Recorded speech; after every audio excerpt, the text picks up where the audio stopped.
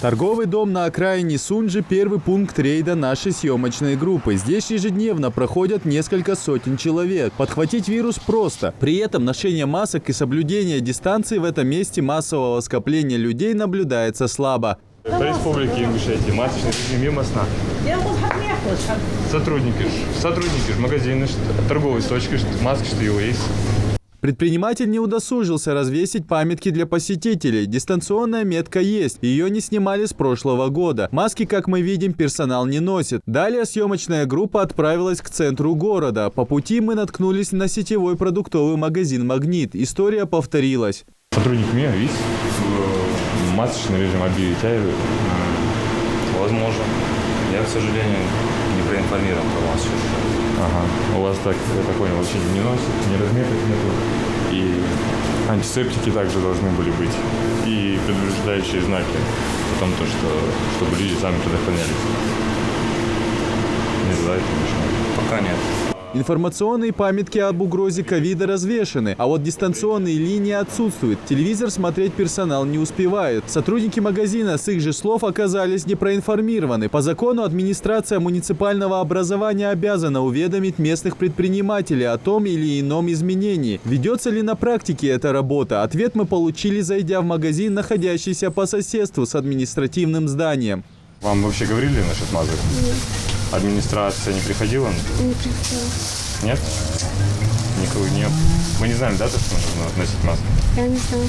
Рейд по выявлению нарушителей масочного режима теперь смело можно переименовывать в поиск добросовестных предпринимателей. Их попросту нет. Аналогичная картина безответственного отношения к здоровью посетителей и в крупном сетевом магазине ДНС. Кроме вас, также ваши все сотрудники без масок. Ну, на данный момент, да. Нет ни мерок дистанционных, ни памяток о том, чтобы сами посетители тоже без масок не приходили сюда. Это тоже обязательно. Исправимся, все сделаем. Количество больных в Ингушетии растет ежедневно. Носить маски нужно, даже если переболел ковидом или сделал прививку, уверяют врачи и показывает практика. Меры безопасности важны как для обслуживающего персонала, так и для покупателей. Сегодняшние нарушители это признают и впредь обещают соблюдать масочный режим. А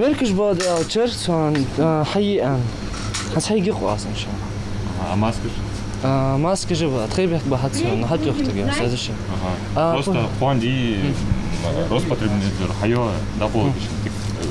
Из-за этого, да? Все тогда, все, вопрос уже. Торговый дом «Адамо». При входе есть табличка, предупреждающая о соблюдении масочного режима. Однако в самом помещении нет ни антисептиков, ни запаса средств защиты для покупателей, ни разделительной разметки. Персонал без масок. Единственное место в ходе проведенного рейда, которое не может вызвать никаких нареканий, вот это кафе. Здесь здоровьем и самочувствием посетителей дорожат, соблюдая при этом предписания Роспотребнадзора. Что вы хотели? Насчет масочного режима. У вас есть, я так вижу, да? Сейчас успели, если... Нет, я сейчас зашла, вот, на мне была маска, я здесь даже работаю. Ага, все. Мы насчет масочного режима соблюдаете, не соблюдаете, линия какие же есть, предупреждающие знаки тоже есть. У нас даже антисептики есть. Ну, они где-то спрятаны. Я их только что убрала, потому что мы здесь убирались и все. Самый эффективный способ остановить распространение коронавируса – это маски и, конечно же, вакцинация. Те заведения, в которых меры предосторожности не соблюдены, впредь будут закрываться Роспотребнадзором до снятия ограничительных мер. Идрис Ижиев, Адам Гулоев, Акрамат Дасхоев. Новости 24.